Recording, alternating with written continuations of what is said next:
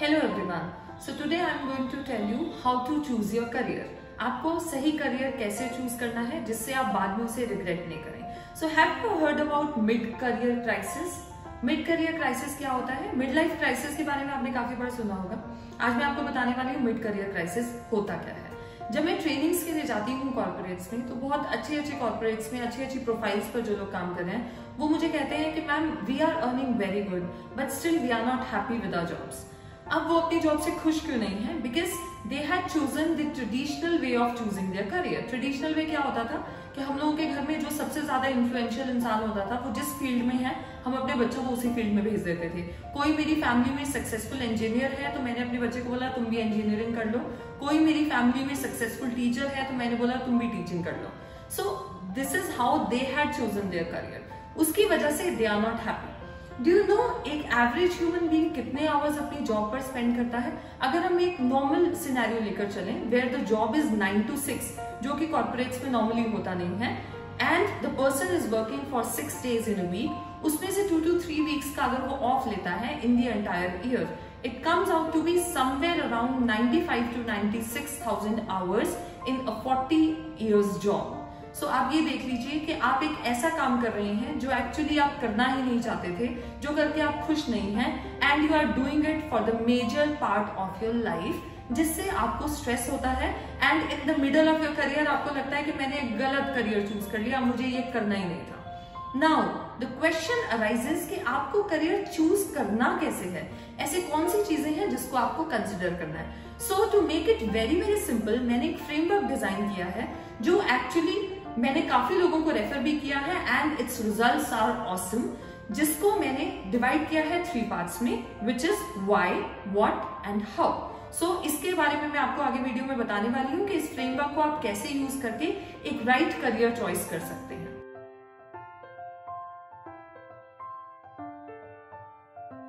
So whenever you have to do your career planning, the first thing that you have to decide is why to choose a particular career. अभी आप कैसे करेंगे कि एक particular career मुझे choose करना है तो क्यों करना है?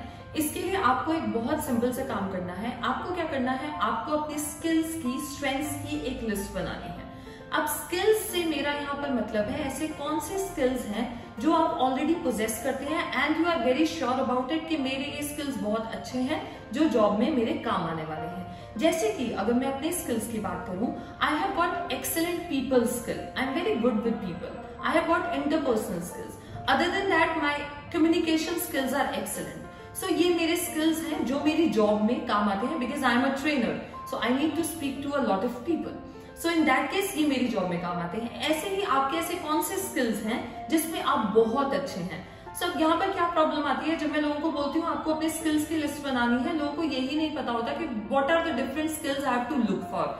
So in order to make it very very easy and simple for you, what I have done is I have made a list of the skills that a person must have in order to get a job or in order to choose a career. उसकी एक list बनाकर मैंने description में डाली है.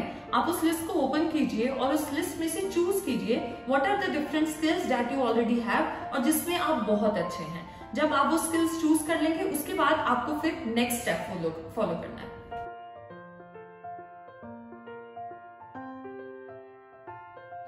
So once you make the list of your skills, that what are your favorite skills, उसके बाद आपको क्या करना है, उसमें से ऐसे skills choose करने हैं that are the most interesting ones. So interesting ones means the skills that you love to do. आपको उनमें से कौन सा काम करने में सबसे ज्यादा मजा आता है. देन आपने स्किल्स के बेसिस पे अपना इंटरेस्ट देख लिया, उसके बाद आपको क्या करना है, अपनी प्रीवियस एजुकेशन के बेसिस पर अपना इंटरेस्ट देखना है. मतलब मैंने जो भी क्वालिफिकेशन ली हुई है, whatever is my previous background और previous education, previous subjects, उसमें से मुझे सबसे अच्छा सब्जेक्ट कौन सा लगता है, that I really love to read, that I really love to study. Okay, then comes your hobbies. मेरी हॉबीज क्या है और उन हॉबीज में से मुझे सबसे ज्यादा मजा कौन सा काम करने में आता है. उन तीनों को मैच करके आपको अपना एक इंटरेस्ट निकालना है कि मेरे लिए लाइफ में सबसे इंटरेस्टिंग काम क्या है जो मुझे कितना भी टाइम करना पड़े मैं उसको करके कभी भी बोर नहीं होऊंगा और उसको मैं बार बार कर सकता हूँ. सो वहां पर हमने क्या किया है, मैंने अपने स्किल्स को अपने इंटरेस्ट के साथ मैच कर लिया है. वो काम करने के स्किल्स भी मेरे में है और वो काम करना मुझे पसंद भी है.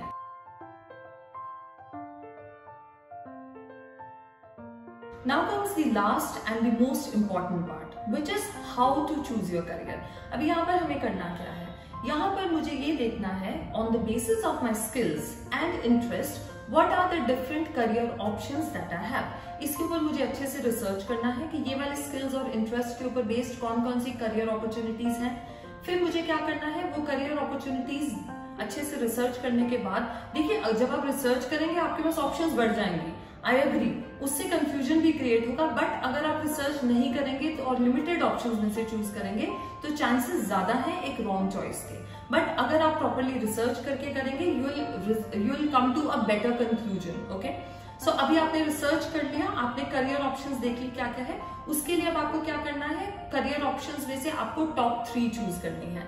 वो टॉप 3 चूज आपको कैसे करनी है, उसमें आपको क्या करना है, एक तो आपको देखना है कि वो कौन कौन सी इंडस्ट्री है।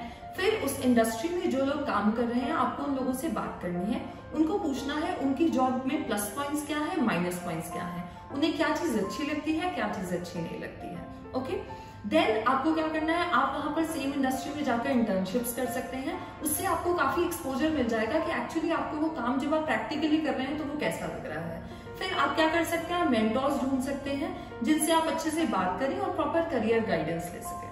यहाँ पर हमें एक चीज और देखनी है, जब हमने इंडस्ट्री देख ली है उसके बाद मुझे फिजिबिलिटी भी देखनी है। बिकॉज काफी लोगों से मैंने ये देखा है कि वो इंडस्ट्री तो चूज कर लेते हैं बट एक्चुअली जब काम करने की बारी आती है तो वो फिजिबल नहीं हो पाता। मतलब कुछ केसेस में ऐसा होता है कि आप फीमेल हैं, आप इस इंडस्ट्री में काम नहीं करना चाहते हैं, आपके कुछ कंस्ट्रेंट्स हैं, कुछ बिलीफ सिस्टम्स हैं जिसकी वजह से वो फिजिबल नहीं हो पा रहा, या फिर आपको मूव आउट करना पड़ रहा है जो किसी रीजन की वजह से प्रैक्टिकल नहीं है।